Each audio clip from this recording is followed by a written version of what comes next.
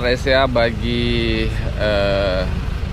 sembako lah ya, dalam rangka dampak COVID-19 ini. Kita lihat beberapa warga perlu kita support kebutuhan hidupnya yang mungkin agak susah terakses ya. Ini kita masih jumpai masyarakat yang memiliki fasilitas mungkin rumah yang mungkin kita lihat seperti ini, yang layak kita bantu untuk ya paling tidak untuk 4-5 hari kebutuhan hidupnya lah ya.